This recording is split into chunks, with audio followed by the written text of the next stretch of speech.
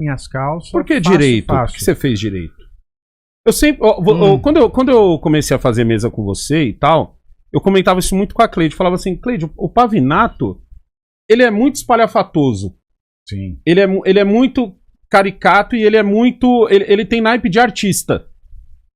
Aí podia ser também assim, mas o Pavinato é gay, mas nem todo gay é assim. Não. Tem gay que é serião. E eu falei, não, e o Pavinato é legal porque, tipo assim, ele é tão inteligente que ele consegue zoar. E só quem consegue zoar um assunto é quem manja muito desse assunto. E zoar de si próprio. Exato. A coisa que eu mais gosto. Então, por que o direito? Foi tirar sarro de mim. Uhum. Porque quando a gente tira sarro da gente, ninguém tira sarro. Porque a gente já tirou sarro de si antes. Então Uhum. perde a graça. O direito, por que o direito? Eu nunca pensei que eu fosse fazer direito. Foi uma decisão de última hora, aos 17 anos.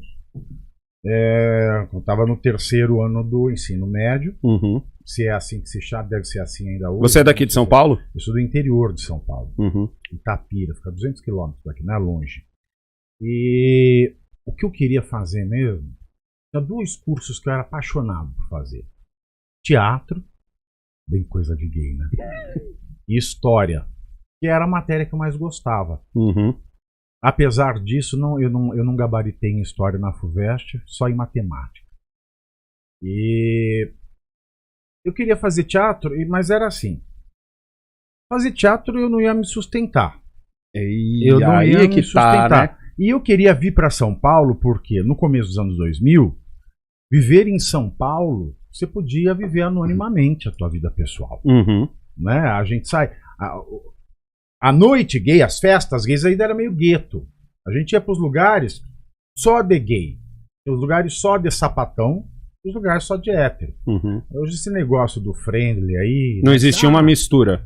Antes o povo não assumia coceira na toba, né? Ainda já era... Como é que é? Na sua época era GLS. Era GLS. Tinha muita gente que ia escondido. Uhum. Né? Tinha uma entrada escondida pra boate. O pessoal ia, mas ninguém queria descobrir que fosse. Então era uma vida de gueto. Eu queria vir pra São Paulo pra viver.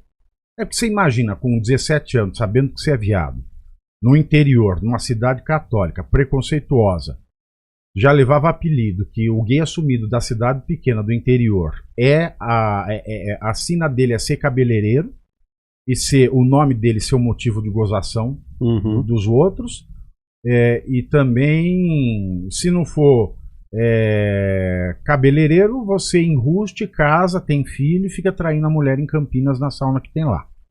Itapira é assim, né? A gente casa, ou virar padre, que foi uma opção na minha vida.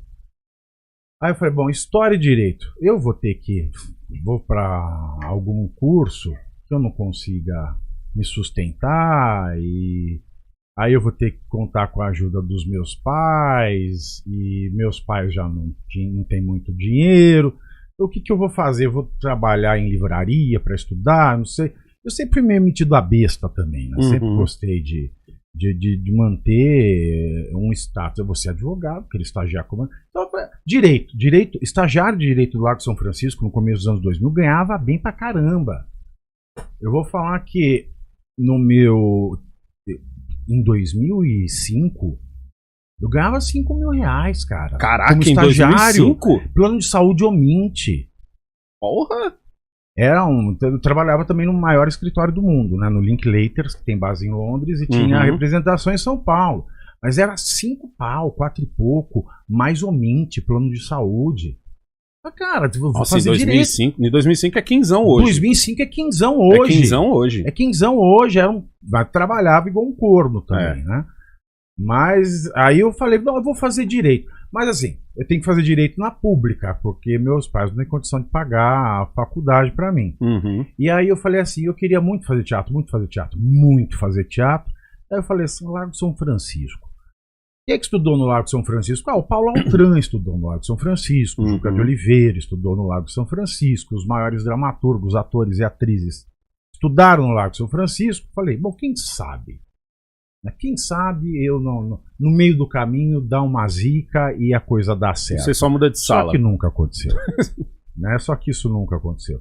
E como eu cheguei no Largo de São Francisco, aí eu prestei medicina na Unicamp. Caraca, você também. Mas assim, não dá para trabalhar medicina, tem que ter família rica mesmo fazendo Unicamp. Mas eu prestei medicina, eu confesso, para me testar, né? Para me testar intelectualmente. Então eu prestei medicina na Unicamp e direito na FUVEST. Passei nas duas. Aí eu falei, bom, eu vou para São Paulo, vou fazer direito, trabalho, moro em República e toco a vida, toco o barco, né? Fico independente e tenho a minha vida. Lógico. Né? Vou dar o cu pela primeira. Não pode falar isso nesse horário. Você era virgem ainda? Era, virgão. Nerd virgem. Pois é. Então, nerd virgem, não fez o teatro que queria, que você já teria. Ultracatólico. E aí eu cheguei aqui. E o espanto, porque naquela época, o Direito no Largo de São Francisco era o curso mais concorrido do país. Era o vestibular mais concorrido do país. Então aí eu cheguei, eram só os alunos das melhores escolas de São Paulo, né? Tinha lá Porto, Band, e é um pessoal que já tinha noção de filosofia, falava 2 idiomas, não sabia porra nenhuma. Eu estudava e eu consegui fazer uma escola boa, porque isso eu sou muito grato ao seu Nino Marcati e ao Adair Reck, que eram donos do Ângulo lá de Itapira, e eles me deram bolsa integral. Então eu fiz o ensino médio inteirinho, sem pagar nada, nem apostila. No Ângulo. No Ângulo. Ângulo aqui em São Paulo é carinho, hein? E aí, o que eu fazia? Como eu gostava de trabalhar, eu ajudava na biblioteca da escola e também dava aula de reforço para os meus colegas de classe. Era muito louco isso.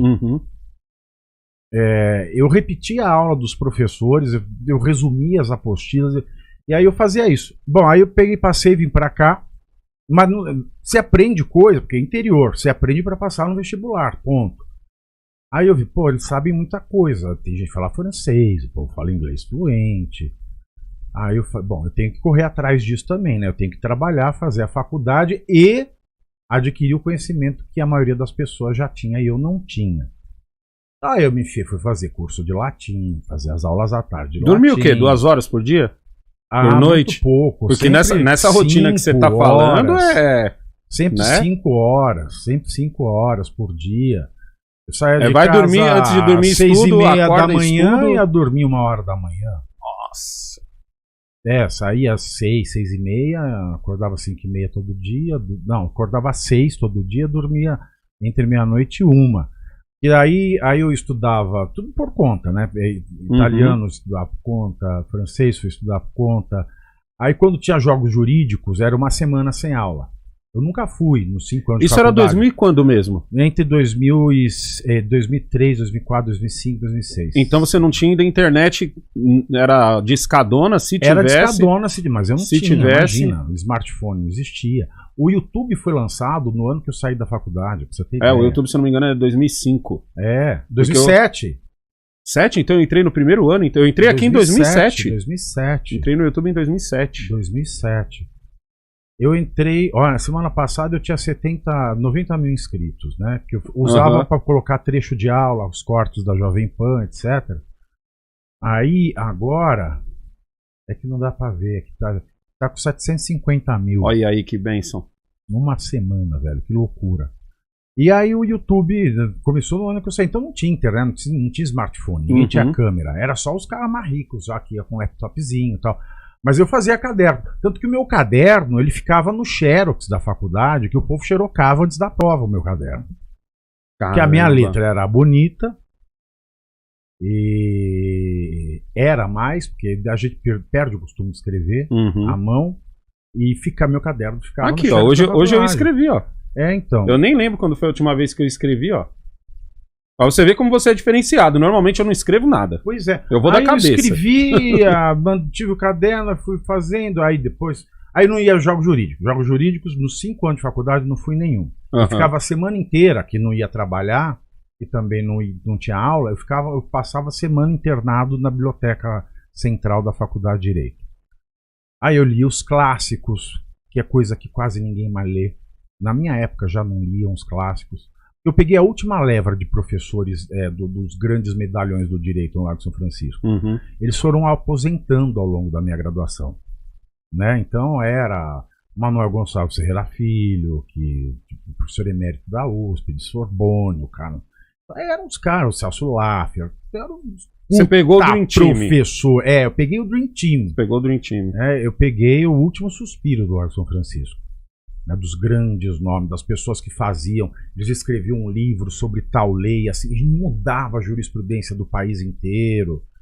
E quando o STF, na época que eu estava na faculdade, você olhava aquilo e você falava, puta que pariu, Zé Carlos Moreira Alves. Esse cara é um deus, velho. Tudo que ele fala, tanto que tinha um professor que já é falecido, o professor Antônio Junqueira de Azevedo, uma vez ele contou que quando tinha palestra na faculdade, ninguém falava depois do Moreira Alves. Nenhum professor ousava falar depois do Moreira Alves. Ele encerrava, então. Ele encerrava. Exatamente. Como que você vê essa composição de hoje? Uma vergonha. Uma vergonha. Eu só vou explicar, por isso que eu fiz direito, aí acabei ficando no direito, depois fiz pós, mestrado, doutorado, tentando fazer docência, dei aula, sempre advoguei. Mas você, eu sinto... E naquela época o STF era o STF. Antes de você entrar nessa do STF, só pra gente até terminar, porque isso é um comentário que eu queria fazer frente com você. Eu sempre senti você apaixonado quando o assunto era direito. Sim. Você não falava... Pode soar estranho o que eu vou falar, mas nas vezes em que eu tava na mesa, assim, o assunto... Eu sempre fiz comentário curto sobre esse tipo de assunto, porque eu não sou advogado. Nessa, eu e o Alexandre, a gente se concorda muito. Eu acho que pra você dar esse tipo de opinião, você tem que estar com o pé no direito. Certo? Então, tipo assim, eu sempre senti uma paixão no seu comentário. Seja com você apresentador, seja com você comentarista.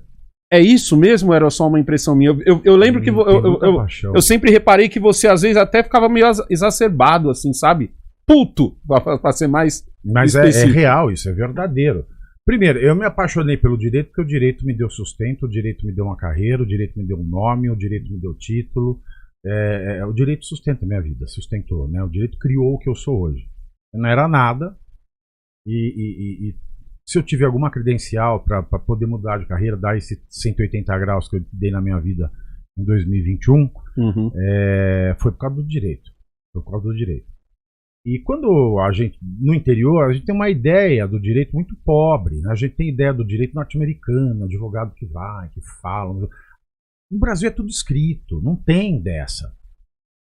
Na época, porque hoje é tudo na base da... Não posso falar, porque senão dá processo isso aí. Mas você já entendeu, né? E quando eu comecei a estudar o direito, a filosofia do direito é uma coisa muito fascinante. Porque quando você começa a perguntar por que o direito existe, por que o direito é legítimo, por que uma lei ela é legítima a ponto de obrigar ou proibir alguém? Então, você pensar o direito é você pensar a condição humana. E aí eu fui me aprofundando e depois eu fui fazer mestrado, doutorado em psiquiatria aplicado ao direito. Por que uma pessoa é considerada capaz de ter direito e por que ela não é em razão da sua condição psiquiátrica? E aí depois eu fui fazer o laboratório de política, comportamento e mídia. Eu fui coordenar com o Pondé na PUC. A gente tinha aulas de variados assuntos nesses temas. E aí eu fui também estudar filosofia. Então tudo se casa, né? O direito ele é a estrutura da civilização. A estrutura de toda a civilização. Se o direito rompe, a civilização rompe, a gente volta para a selva, para a tribo. Então se a gente quer ter o mínimo de dignidade, a gente tem que respeitar o direito, né? Coisa que quem deveria guardar o direito não faz. É aí onde entra a minha pergunta de você